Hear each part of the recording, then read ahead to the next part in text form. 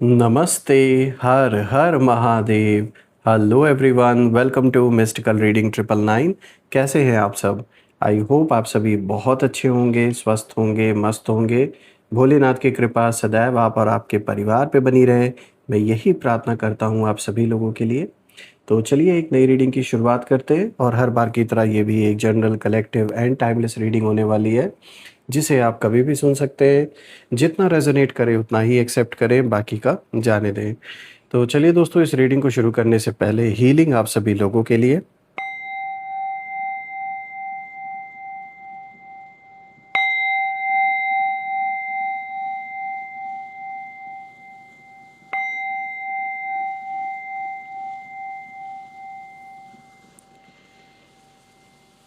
हे भोलेनाथ, जो भी मेरे व्यूवर्स इस वीडियो को देख रहे हैं, जहाँ से भी देख रहे हैं, उनके इर्द गिर्द जो भी नकारात्मक ऊर्जा मौजूद है वो इसी क्षण सेंडर की ओर 100 टाइम्स मल्टीप्लाई होके वापस लौट जाए।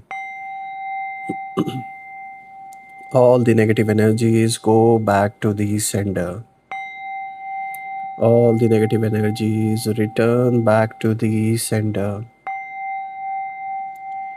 एक ऐसी छत्र छाया आप और आपके परिवार, आपके घर के इर्द गिर्द बनी रहे, जिसमें कोई भी नकारात्मक ऊर्जा प्रवेश न कर सके।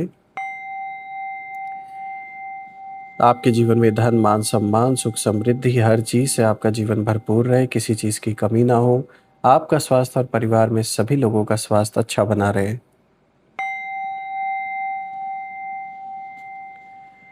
तो चलिए दोस्तों, इस रीडिंग की अब शुरुआत करते हैं। लेट्स सी आज आपके लिए क्या मैसेजेस हैं, क्या गाइडेंस है। Let's find out. Dear divine, dear angels and sister, please guide करें जो भी मेरे व्यूवर्स इस वीडियो को देख रहे हैं, उनके लिए क्या मैसेजेस है, क्या गाइडेंस है, प्लीज़ शेयर करें। चलिए रैंडमली पिक करते हैं कार्ड्स को। सबसे पहला कार्ड दोस्तों यहाँ पर आया है 10 ऑफ पेंटिकल्स का। Sorry. Second card of the day is the World. Third card of the day is Knight of Cups. And the fourth card of the day is Nine of Wands. All right. तो चलिए सबसे पहले मैं cards को थोड़ा adjust कर देता हूँ। सो फ्रेंड्स, आई गेस अब आपको जो कार्ड्स हैं वो क्लियर होंगे। तो चलिए एक एक करके अब हम हर एक कार्ड को गहराई से समझने की कोशिश करते हैं। तो दोस्तों, जो सबसे पहला कार्ड यहाँ पर आया है, दिस इज़ 10 ऑफ पेंटिकल्स। दोस्तों, सबसे पहले जो एनर्जी आती है वो है स्टेबिलिटी की, लेगेसी की और लॉन्ग टर्म सक्सेस की। तो बहुत अच्छा कार्ड आया है।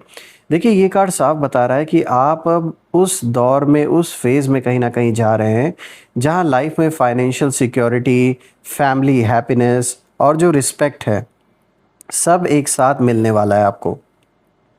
लेकिन यह ट्विस्ट है कि आपके एनिमीज़ इस चीज़ को जब देख रहे हैं आपके जीवन में, जैसे जैसे आप आगे बढ़ रहे हो, चीज़ें पहले की तरह आपके जीवन में स्टेबल हो रही हैं, जो पीस है वो वापस लौट रहा है, तो ये सारी चीज़ देखकर बहुत ज़्यादा डिस्टर्ब वो लोग हो रहे हैं, बिकॉज दे नेवर थॉट कि ये चीज़ कभी पॉसिबल हो पाएगी। और दोस्तों, मैं एक चीज़ यहाँ ज़रूर मेंशन करना चाहूँगा कि आपका जैसे रीबर्थ हुआ है इसी जीवन में, जैसे दोबारा से आपका जन्म हुआ है, यानी एक ऐसा दौर जो बहुत चैलेंजिंग था, बहुत सारा कष्ट, बहुत सारा प्रॉब्लम जो आपने फेस किया, उससे बाहर निकलकर जैसे आपका एक रीबर्थ हुआ है। और आपका जो पुनर्जन्म ना इनके विनाश का कारण बनेगा अब, क्योंकि अब इनकी बारी है अपनी बर्बादी का मंजर देखने की। जो इन्होंने कोशिश की आपके जीवन में लाने की, वही चीज़ अब आपके दुश्मनों को, आपके एनिमीज़ को अब अपने लाइफ में फेस करना ही पड़ेगा। उससे ये दूर नहीं भाग सकते, क्योंकि जो कार्मिक बैलेंस है वो इसी तरीके से बराबर होगा इनके जीवन में। तो एक तो मैं ये देख पा रहा हूँ कि जो एक स्थिरता आप अपने जीवन में चाह रहे थे बहुत समय से, जो एक शांति चाह रहे थे, वो कहीं ना कहीं आपके जीवन में आते हुए मुझे नज़र आ रही है। जो भी काम आप करते हैं, अगर आप बिज़नेस करते हैं, जॉब करते हैं, तो साफ दिख रहा है कि उसमें बहुत अच्छी अपॉर्चुनिटी आपको मिलेगी। पैसे आप जो भी कमाएंगे उसे आप सेव भी कर पाएंगे अपने फ्यूचर के लिए। और आपकी इनकम में मुझे कई स्रोत से इनकम आते हुए दिख रही है, यानी पैसों में वृद्धि होते हुए साफ नज़र आ रहा है, फाइनेंशियल स्टेबिलिटी आते हुए साफ नज़र आ रही है। और प्लस खाली पैसा ही नहीं, बल्कि जीवन में स्थिरता, शांति, जो पीस आप डिज़र्व करते हो वो भी फाइनली अब आ रही है। और साथ ही साथ लोगों की नज़रों में आपकी जो एक रिस्पेक्ट है वो बढ़ते हुए मुझे नज़र आ रही है। कहीं न कहीं लोग ना अब आपकी इज़्ज़त करते हैं और दिल से करते हैं। ये इज़्ज़त आपने कमाई है अपने दम पर, अपने जो आपने मेहनत की, जो लोगों ने आपके आस-पास के लोगों ने या आपके परिवार के लोगों ने जो आपका स्ट्रगल देखा है, वो सब देखते हुए कहीं न कहीं लोग अब इज़्ज़त देते हैं आपको। आप मतलब उन लोगों की नज़रों में ना आपकी जो एक जो इमेज है, वो बहुत अच्छी इस समय हो गई है, क्योंकि वो देख रहे हैं कि इस इंसान के ऊपर इतनी सारी मुसीबतें आईं, इतना सब कुछ आपके ऊपर ब्लेम किया गया, दूसरों की गलतियों का भी ब्लेम कहीं न कहीं आपके ऊपर डाला गया। और ये सब कुछ होते हुए भी आप पीछे नहीं हटे, आप आगे बढ़ते रहे, आपने इग्नोर भी किया बहुत लोगों को। तो आज ये सारी चीज़ें नोटिस आपके अराउंड जो लोग हैं वो कर रहे हैं, और यही कारण है कि उनकी नज़रों में आपकी इज़्ज़त बहुत बढ़ चुकी है।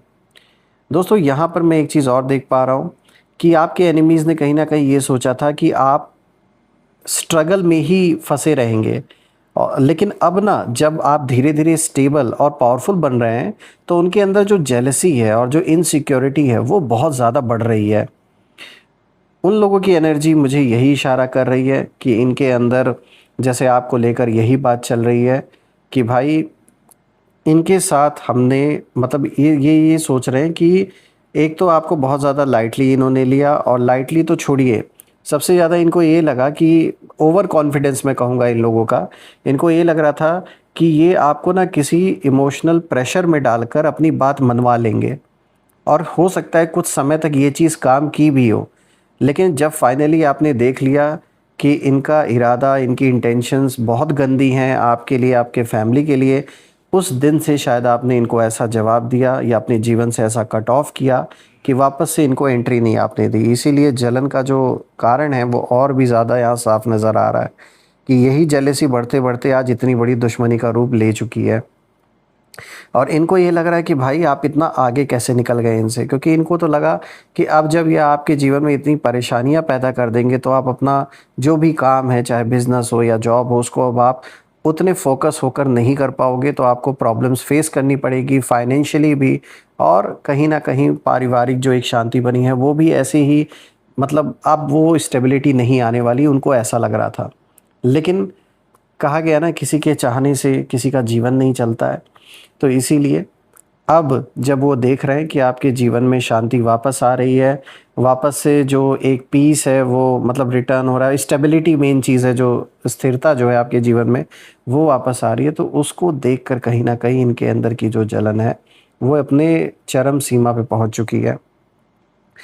यहाँ पे दूसरा कार्ड आया दोस्तों, द वर्ल्ड का। तो दोस्तों अब यहाँ पे जो पिक्चर है और क्लियर हो जाती है, क्योंकि ये कार्ड बताता है कि आपका एक बड़ा साइकिल आपके जीवन में कंप्लीट हो चुका है। जो ये साइकिल था, इसमें जो भी पेन, जो स्ट्रगल आपने देखा, जो बिट्रेयल आपने फेस किया लोगों के, आपने जो कुछ भी फेस किया इस दौरान, अब वो कहीं ना कहीं ख़त्म हो रहा है। और आप जैसे ना आपका एक नया version, a new version of your self is coming out, और कहीं ना कहीं उस नए फेज में अब आप एंटर कर चुके हो, जैसे आपका रीबर्थ हुआ है। और यही वो पॉइंट है जहां आपके एनिमीज़ का डाउनफॉल शुरू होता हुआ मुझे नज़र आ रहा है।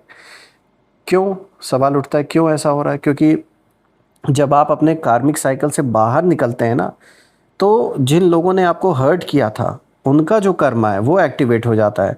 तो जितना आपका कार्मिक बैलेंस इस इन सोल्स के साथ था, जिन लोगों ने भी आपको कष्ट पहुंचाया, वो हिसाब किताब पूरा होते ही, जो कि साफ दिख रहा है कि अब वो हो चुका है, आप में से कुछ लोग के लिए वो अपने एंड फेज में, वो साइकिल के बिल्कुल एंड में आप आ चुके हो। तो अब कहीं ना कहीं उन लोगों का जो कार्मिक बैलेंस है, उन लोगों ने जो अपना कार्मिक बैलेंस आपके साथ बना लिया है, वो अब कहीं न कहीं वो चुकाना शुरू करने वाले हैं, और उनकी जो बर्बादी लिखी हुई है वो साफ़ मुझे नज़र आ रही है कि बहुत वर्स्ट कंडीशन मुझे दिख रही है आपके विरोधियों की, आपके एनिमीज़ की आगे चल के, जो प्रत्यक्ष रूप से आपको भी नज़र आने वाली है। तो जिन लोगों ने आपको हर्ट किया था, उनका जो कर्मा है वो एक्टिवेट हो गया है दोस्तों, और उन लोगों की एनर्जी में मुझे यही चीज़ नज़र आ रही है कि जैसे वो यही सोच रहे हैं कि भाई अब ये हमारे कंट्रोल में नहीं रहा, ये हमसे दूर और ऊपर चला गया है या चली गई हैं, दे नो इट। और उनको कहीं न कहीं ये समझ आ रहा है कि अब आप उनकी रीच से बाहर हैं। और बिल्कुल ये बात सच भी है, ये आप तक अब पहुंच भी नहीं सकते, ये लाख ट्राई कर लें, क्योंकि आपने इनको अपने जीवन से ऐसा गेट आउट कर दिया, ऐसा लेट गो कर दिया है कि वापस एंट्री मिलना तो इम्पॉसिबल है इनके लिए। इसीलिए इधर उधर से ट्राई कर रहे हैं कि कैसे ना कैसे करके वापस से हो सकता है कोई बातचीत हमारी शुरू हो जाए। दोस्तों यहाँ पे तीसरा कार्ड आया है नाइट ऑफ कप्स का। और दोस्तों अब यहाँ जो एनर्जी है वो थोड़ी इमोशनल और सॉफ्ट हो जाती है, क्योंकि ये कार्ड बताता है कि आप सिर्फ स्ट्रांग ही नहीं हुए, बल्कि आपका जो हार्ट है, आपका हार्ट भी प्योर और बैलेंस्ड है। तो आप अभी भी कहीं ना कहीं लव, काइंडनेस और जो कंपैशन है वो कैरी करते हैं। उसको आपने अपने अंदर मरने नहीं दिया। कुछ लोगों की वजह से आपने अपने अंदर की जो इंसानियत है उसे ख़त्म नहीं होने दी। लेकिन आपके जो एनिमीज़ हैं, उन एनिमीज़ के लिए यही सबसे बड़ा शौक है, क्योंकि उन्होंने सोचा था कि आप इन सारी चीज़ों को झेलने के बाद पहले जैसे नहीं रह जाओगे, आपके भी अंदर इनके तरह क्वालिटीज़ आ जाएंगी, आप गुस्सा करोगे, लड़ाई झगड़े होंगे आसपास अपने घर परिवार के लोगों से। लेकिन आप तो और भी कहीं ना कहीं ग्रेसफुल और काम बन गए, क्योंकि आपने ऊपर वाले का हाथ नहीं छोड़ा। आपने ईश्वर को हमेशा ग्रैटिट्यूड दिया, ऐसा मुझे दिख रहा है, और आपने हमेशा उनको दिल से याद किया और अपना कर्म करते गए। इसीलिए वो जो बिटरनेस थी वो आपके अंदर नहीं आई। और उन लोगों की एनर्जी में मुझे ये नज़र आ रहा है, जो आपके एनिमीज़ हैं, वो यही सोच रहे हैं कि भाई इतना सब होने के बाद भी ये पर्सन इतना शांत कैसे है। आपको लेकर ये सोच रहे हैं कि ये इंसान इतना सब कुछ झेलने के बाद भी आज शांत कैसे है। तो इनमें से कुछ लोग एक तो अंदर और भी ज़्यादा गुस्सा फील कर रहे हैं, कुछ लोग सीक्रेटली चाह रहे हैं कि यार बातचीत हमारी हो जाए ताकि हम इनको फिर से अपनी चालाकी से फंसा सकें। लेकिन क्या है कि इनका जो ईगो है वो इतना हावी है इन लोगों के ऊपर, आपके एनिमीज़ के ऊपर, कि वो ना पहला अटेम्प्ट करने में भी इनकी हिम्मत नहीं हो रही है कि हम आगे बढ़े तो बढ़े कैसे, क्योंकि इन्होंने ऐसे ऐसे कर्म कर डाले हैं कि अब आपसे नज़रें मिलाने की हिम्मत भी इनकी नहीं है। देखिए दोस्तों, यहाँ पे जो फोर्थ कार्ड आया है, दिस इज़ 9 ऑफ वॉन्ड्स, और ये कार्ड पूरी रीडिंग का बैकबोन है, क्योंकि ये बताता है कि आपने बहुत कुछ सहा है, आप थके भी लेकिन टूटे नहीं।